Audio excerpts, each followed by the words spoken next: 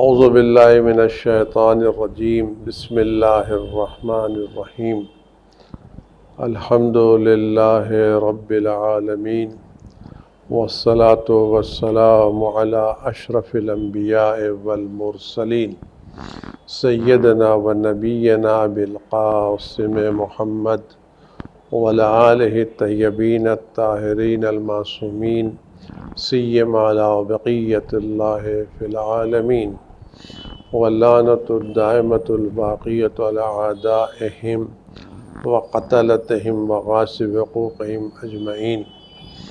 بسم اللہ الرحمن الرحیم۔ اللہم کن لولیک الحجۃ ابن الحسن صلواتک علیہ وعلی آبائہ فی ہذہ الساعۃ وفی کل ساعہ ولییا وحافظا وقائدا وناصرا ودلیلا وعینا حتی تسکنہ ارضک طوعا وتمتعہ فیہا طویلا۔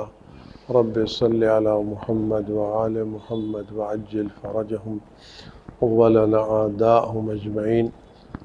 السلام علیک یا ابا عبداللہ وعلی الارواح التي حلت بفنائک، علیک منی سلام اللہ ابدا ما بقیت وبقی اللیل والنہار، ولا جعلہ اللہ اخلد منی لزیارتکم۔ السلام علی الحسین وعلی علی بن الحسین وعلی اولاد الحسین وعلی اصحاب الحسین۔ السلام علیکم جمیعا ورحمۃ اللہ وبرکاتہ۔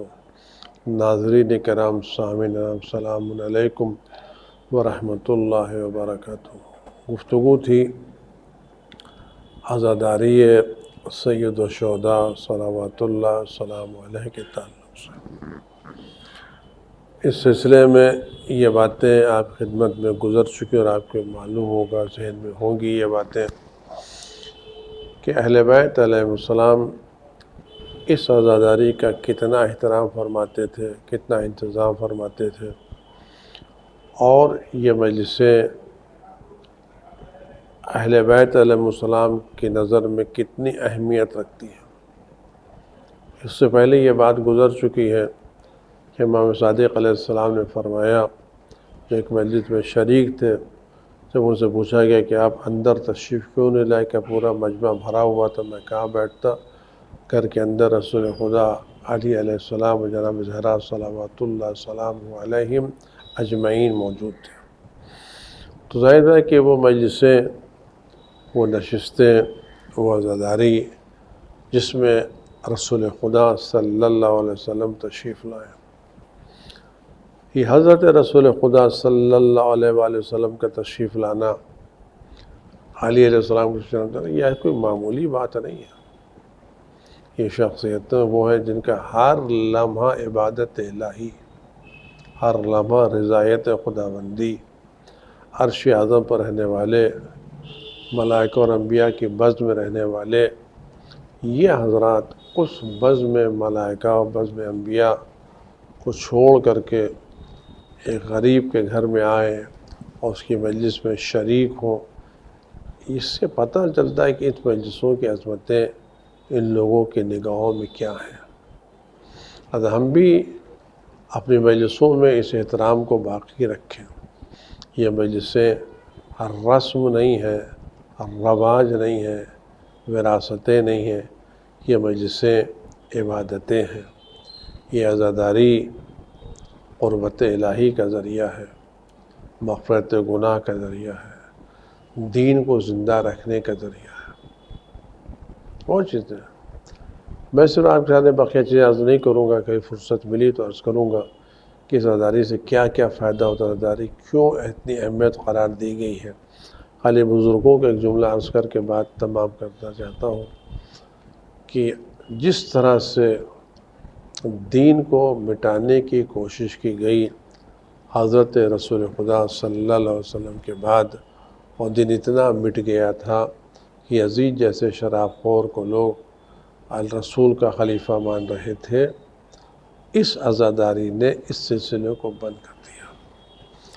اگر آج یہ عزاداری نہ ہوتی اور آج یہ مجلسیں نہ ہوتی تو آج دین اسلام پوری طرح سے تحریف ہو گیا ہوتا، بدل گیا ہوتا. جیسے عیسائیت و یہودیت بدل گئی ہے، اسلام بھی بدل سے. پھر اسلام میں نہ توحید صحیح ہوتی، نہ عقیدہ نبوت صحیح ہوتا، نہ قیامت کی باتیں صحیح ہوتی.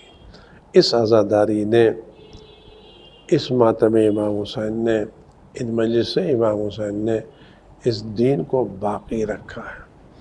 دین کو باقی رکھا ہے یعنی توحید کو، نبوت کو، امامت کو، نماز کو، قیام کو، سب کو باقی رکھا ہے. یہ عزاداری، جب یہ عزاداری اتنی اہم ہے، حضرت رسول خدا صلی اللہ علیہ وسلم تشریف لاتے ہیں امام حسین، تو اس عزاداری کے لیے ہمیں بھی کچھ نہ کچھ تیاریاں کرنا چاہیے.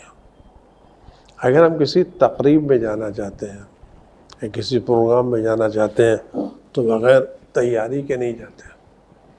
اس کے لیے کچھ نہ کچھ ہمیں تیاریاں کرنا پڑتی ہیں. تو ہم جب فرض شہادہ پر بھی جا رہے ہیں اور عزاداری میں شریک ہو رہے ہیں تو اس عزاداری کے لیے ہمیں بھی کچھ نہ کچھ تیاریاں کرنا چاہیے. کچھ تیاریاں وہ ہیں جو ہمارے بدن سے متعلق ہیں، اور کچھ تیاریاں وہ ہیں جو ہماری روح سے متعلق ہیں. یعنی کچھ مادی تیاریاں ہیں اور کچھ معنوی تیاریاں ہیں، کچھ جسمانی تیاریاں ہیں اور کچھ روحانی تیاریاں ہیں. مثلا اب ہم جب ذکر کریں گے امام حسین کا تو نوحہ پڑھیں گے، مرثیہ پڑھیں گے، ذکر امام حسین کریں گے، تو ہم زبانی سے مرثیہ پڑھیں گے نا، زبانی سے نوحہ پڑھیں گے نا. تو جس زبان سے کل ہم نوحہ پڑھنے جا رہے ہیں، جس زبان سے ہم مرثیہ پڑھنے جا رہے ہیں، جس زبان سے ہم ذکر کرنے جا رہے ہیں، آیا اس زبان کو ہمیں جھوٹ سے، تہمت سے، غیبت سے اور دوسری برائیوں سے محفوظ رکھنا چاہیے یا نہیں رکھنا چاہیے؟ یا ہم ایسے ہی اس زبان سے ذکر امام حسین سے ہم ابھی تھوڑی دیر پہلے جھوٹ بول رہے تھے،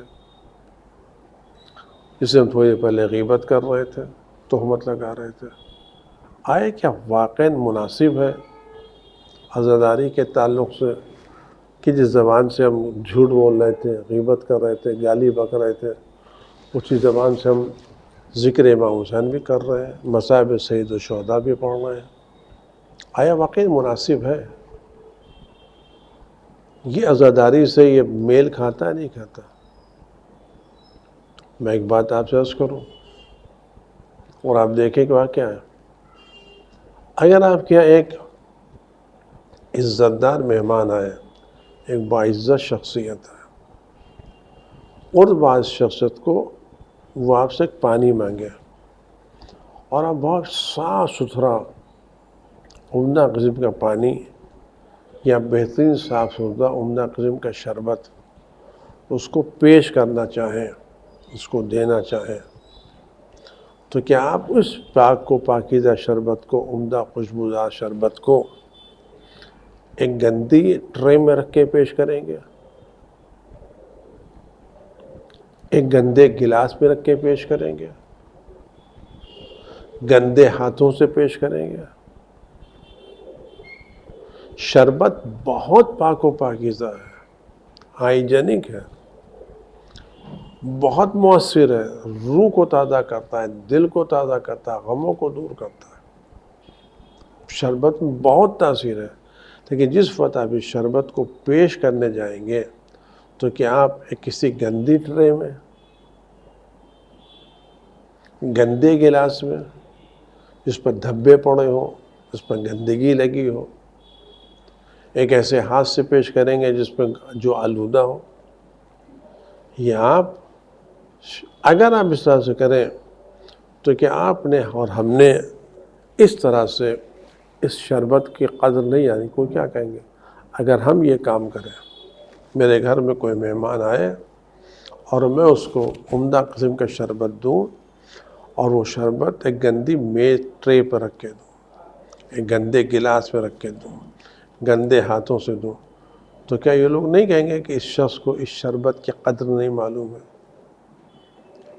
یہ شربت کو پہچانتا نہیں ہے، اور اس شخصیت کو جس کو یہ دے رہا ہے نہ اس کو یہ پتہ ہے کہ شربت کیا ہے، اور نہ اس کو یہ پتہ ہے کس کی خدمت میں شربت پیش کر رہا ہے۔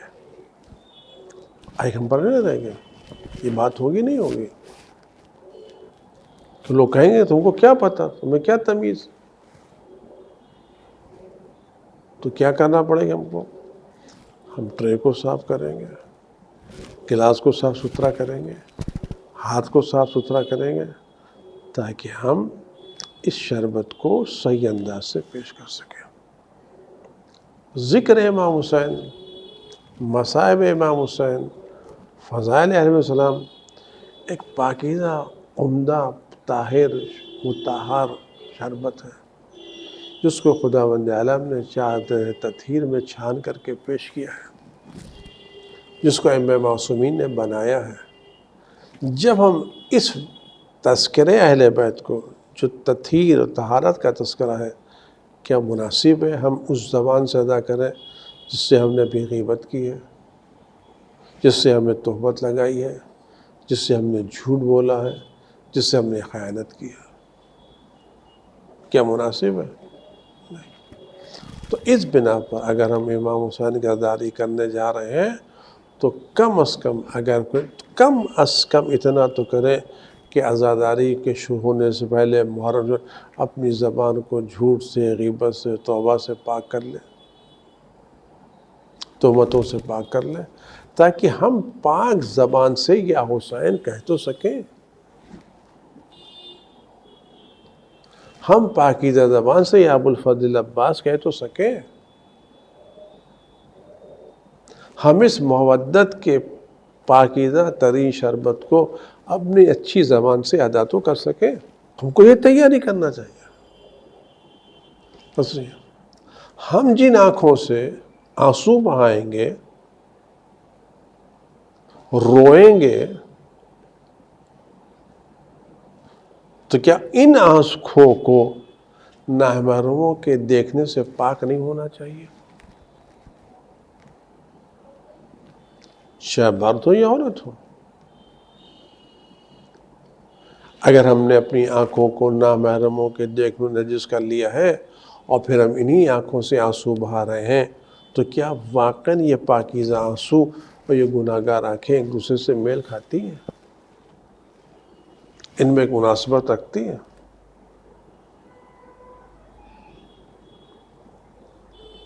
اگر یہ آنسو امام حسین، کس کے غم کے آنسو ہیں؟ یہ اس کے غم کے آنسو جو آیت تطہیر کا مصداق ہے، جس نے رسول کی گود میں پرورش پائی ہے، جس نے لعاب رسول سے پرورش پائی ہے، جس کو ایمان نے سیراب کیا ہے۔ یہ کسی ایرے ویرے کا غم نہیں ہے، یہ آنسو اس کے غم میں ہے جس کا جھولا جبریل نے جھولایا ہے۔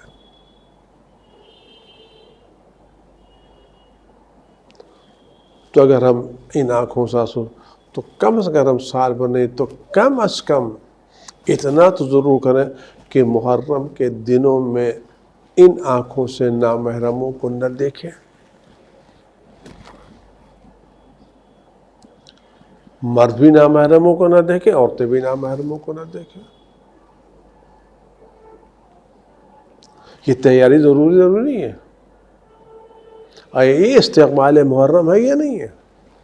اگر ہم استقبال محرم میں اپنے گھر کے اذاخانے کو سجا رہے ہیں، کلل کرا رہے ہیں، چونکاری کرا رہے ہیں، صاف کر رہے ہیں، دھو رہے ہیں، پاک کر رہے ہیں، پورا فرش پاک کر رہے ہیں، صاف سال وقت اب سو جا کر اس پورے فرش کو دھویا جا رہا ہے، تخت کو دھویا جا رہا ہے، دیواروں کو دھویا جا رہا ہے، سجایا جا رہا ہے، کیوں؟ عزاداری سے۔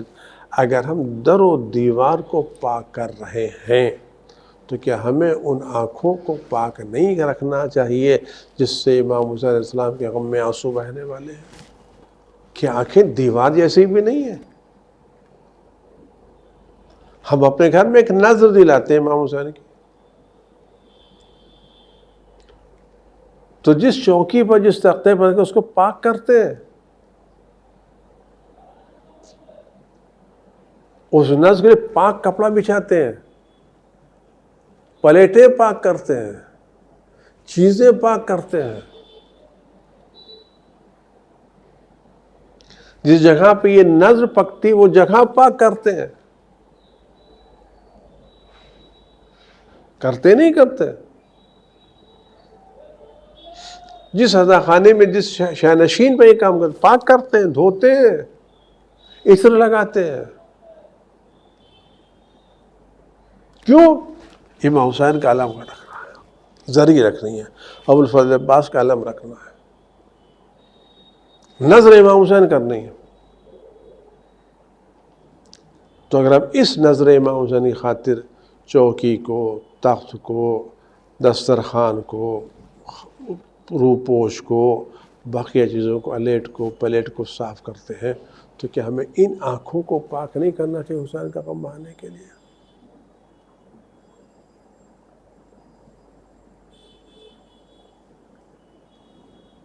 یہ گناہگار آنکھوں سے آنسو بہانا چاہیے.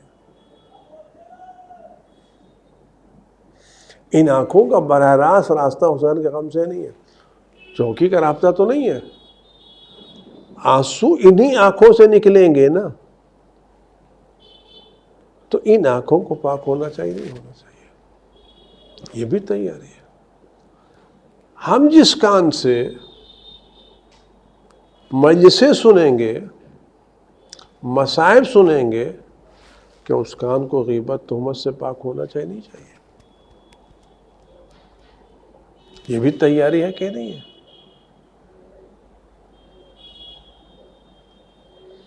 ہمیں سال بھر ان چیزوں کا انتظام کرنا چاہیے، لیکن اگر کسی بنا پر شیطان کے بہکاوے کی بنا پر سال بھر احتیاط نہیں کر سکتے، تو کم از کم ایام اعظام میں تو احتیاط کریں، تاکہ پتہ چلے یہ شخص امام حسین کی خاطر گناہوں سے دور ہو رہا ہے، اس کو امام حسین کے غم کی اہمیت کا اندازہ ہے، یہ جانتا ہے کہ اس کا غم منا رہا ہے. ہم جس وقت امام حسین کی نذر کھانے جاتے ہیں، ہاتھ میں گندگی دھوتے نہیں دھوتے، پاک کرتے نہیں کرتے، تو اگر ان ہاتھوں سے فرش عزا بچھائیں گے، علم سجائیں گے، تعزیے لگائیں گے، عزا خانے سجائیں گے، سینہ زنی کریں گے، علم اٹھائیں گے، تو کیا مناسب ہے ہم ان ہاتھوں سے علم اٹھائیں جن ہاتھوں سے ہم نے کسی کا مال لیا ہے، کسی کی زمین پر قبضہ کیا ہے، کسی یتیم کو ستایا ہے، کسی بیچارے کو مارا ہے؟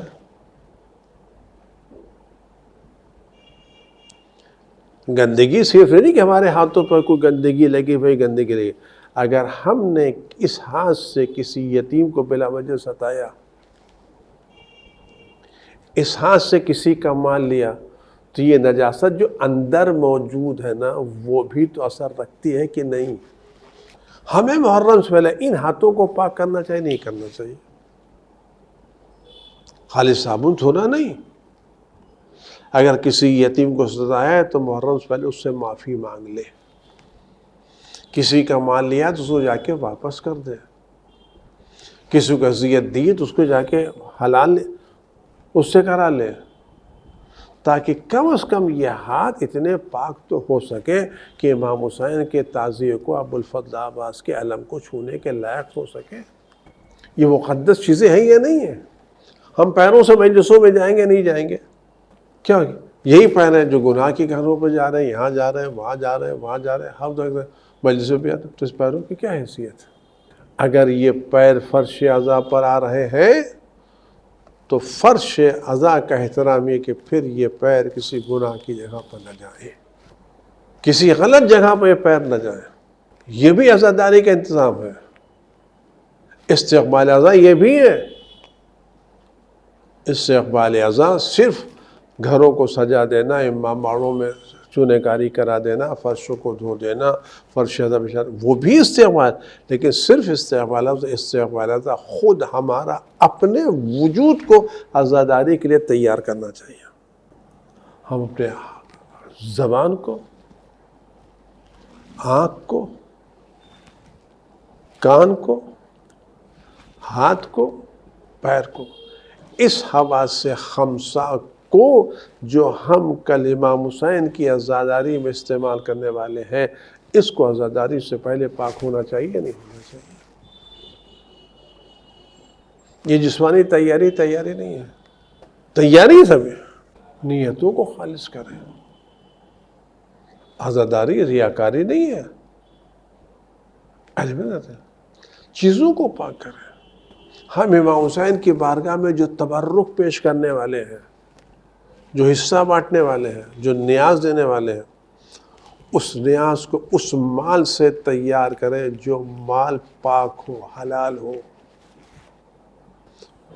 کیونکہ کسی بھی کار خیر پر ثواب اس وقت ملے گا جب وہ کار خیر خدا کی بارگاہ میں قبولیت کا شرف حاصل کر لے. بچہ امتحان میں بیٹھتا ہے، سوالات کے جوابات دیتا ہے، لیکن سوالات کے جوابات دینے سے، امتحان میں بیٹھنے سے بچہ پاس نہیں ہوتا. پاس اس وقت ہوتا ہے جب اس کے جواب سے ایگزامنر مطمئن ہو کہ اس نے صحیح جواب دیا ہے. ایگزامینیشن ہال میں آ جانا، بیٹھ جانا، سوال کے جوابات دے دینے سے پاس نہیں ہوگا. اس وقت ہوگا جب ایگزامنر پیپر کا چیک کرنے والا اس کے جواب سے مطمئن ہو، تب وہ پاس ہوگا. اسی طرح سے عزاداری میں الگ اس وقت ثواب ملے گا ہمارے نیاز کا، ہمارے تبرک کا، جب یہ تبرک خدا اور رسول اہل بیت کی بارگاہ میں قبولیت شرف ہو اور وہ لوگ اس تبرک سے راضی ہوں، مطمئن ہوں. ایک بچہ وہ ہے کہ جس نے ایک صفحے میں مختصر جوابات دیے، اور ایک بچہ جس نے کئی کاپیاں جواب سے بھر ڈالی ہیں. ایک نے ٹوٹے پھوٹے قلم سے لکھا ہے اور ایک نے بہترین عمدہ قسم کے قلم سے بہترین انداز سے لے کر کاپی بھر ڈالی ہے. لیکن پاس کون ہوگا؟ پاس وہ ہوگا جس کے جواب سے ایگزامنر مطمئن ہے. اگر ایگزامنر اس بچے جس نے ٹوٹے پھوٹے قلم سے لکھا ہے اور اس کا جواب ایگزامنر کے مزاج کے مطابق ہے تو یہ بچہ کامیاب ہوگا. وہ کاپی بھرنے والا بچہ کہ کیوں؟ اس کا جواب ایگزامنر کے مزاج مطابق نہیں ہے. اسی عزاداری میں اس کی جو خدا کی بارگاہ میں جس کا حصہ قبول ہو جائے، مختصر تھا حصہ، مختصر سے نہیں آتا، لیکن وہ جو پاک ہے، پاکیزہ ہے، حلال مال سے تیار کی گئی ہے، روزی حلال سے تیار کی گئی ہے. وہ تبرک جو حلال مال سے تیار کیا گیا، اس کا ایک دانہ خدا کی بارگاہ میں قبولیت شرف حاصل کر سکتا ہے. اور وہ تبرک جو بہت عمدہ ہو لیکن حرام مال سے تیار کیا گیا ہو، جس میں حلال و حرام کا خیال نہ رکھا گیا ہو، اگر وہ قبولیت شرف حاصل نہ کرے تو کیا فائدہ؟ ہاں، کیا ہو سکتا؟ خداوند عالم اپنے فضل و کرم سے قبول کرنے کا مسئلہ ہے. لیکن ہمیں یہ انتظام کرنا چاہیے، ہم ایام اعظام میں جو تبرک تقسیم کر رہے ہیں، جو حصہ تقسیم کر رہے ہیں، جو نیاز تقسیم کر رہے ہیں، جو کھانے کھلا رہے ہیں، وہ کھانے کوشش کریں 100% حلال مال سے کھلائیں، صحیح پیسوں سے کھلائیں. اگر ہمارے پاس مختلف طرح کی بزنسیں ہیں، کچھ صحیح ہے کچھ غلط ہے، تو کوشش کریں. یا تو کوشش ہے تو صحیح نہیں ہوگی. اگر تو بزنس ہے تو بھی خدا کی بارگاہ میں جواز کا راستہ نہیں فراہم کرتے، لیکن کم از کم اتنا کریں. اگر ہم نہیں کر سکتے تو کم از کم اتنا کریں کہ امام حسین کے مجلس میں اس بزنس کا پیسہ لگائے جو 100% حلال ہے، جس میں کسی کا حق نہ نکلتا ہو، ہم نے کسی حق نہ مارا ہو. کیونکہ خدا اور رسول صرف نیاز کو، تبرک کو نہیں دیکھتے، وہ دیکھتے ہیں یہ تبرک کتنا حلال ہے، کتنا حلال نہیں ہے. تو ایام اعزاء سے پہلے ہم اپنے زبان کو پاک کریں غیبت سے، تہمت سے، جھوٹ سے، اور بات ہے آنکھوں کو پاک کریں نامحرموں کے دیکھنے سے، کان کو پاک کریں غیبت تہمت کو سننے سے، ہاتھ کو پاک کریں کسی یتیم کو ستانے سے، کسی کو مال لینے سے، پیروں کو پاک کریں، مال کو پاک کریں، جگہ کو پاک کریں، تاکہ ہم واقعاً اس عظیم ترین شخصیت کے عزاداری کا حق ادا کرنے کے لیے تیار ہو سکے کہ جس کی شان میں آیت تطہیر ہوتی تھی، جو پاکیزہ ترین فرد ہے، تاکہ ہم پتہ چلے ہم کسی پاکیزہ ترین فرد کی عزاداری میں شریک ہو رہے ہیں، اور پتہ چلے یہ عزاداری واقعی انسان کو بدل دیتی ہے، تبدیل کر دیتی ہے، انقلاب برپا کر دیتی ہے، اور ہم کر سکتے ہیں۔ امید ہے کہ عزاداری سے پہلے، محرم سے پہلے ہم اپنے ان چیزوں سے آمادہ کریں گے، تاکہ پاک و پاکیزہ ہو کر کے سردار جوانان جنت کی عزاداری میں شریک ہو سکیں، اور صاحبان تطہیر کے ساتھ ان کے فرش عزا پر شرکت کرنے کی سعادت حاصل کریں۔ خدا ہم سب کو توفیق عطا کرے، اور میری دعا یہ کہ ایسے پاک ہو جائے، ایک ایسے مجلس میں شرکت کا موقع مل سکے جہاں وارث حسین حضرت امام وقت علیہ السلام تشریف فرما ہو، اور ہم ان کے ساتھ ان کے جد کی عزاداری کر رہے ہوں، اور گریہ کر رہے ہوں، عزاداری کر رہے ہوں، ماتمداری کر رہے ہوں، سینہ زنی کر رہے ہوں، اور وہ ہمیں کہہ رہے ہیں ماشاء اللہ، سبحان اللہ، جزاک اللہ کی صدا ان کی زبان سے ملے۔ خدا اس دن کے ہم کو زندہ رکھے جس دن ہم ایسی پاکیزہ عزاداری کر سکیں جو فرزند امام حسین حضرت برز کی بارگاہ میں قبولیت کی شرف حاصل۔ خدا ہم سب کو اس طرح کی عزاداری کے بہترین توفیق مرحمت فرمائے۔ والسلام علیکم ورحمۃ اللہ وبرکاتہ۔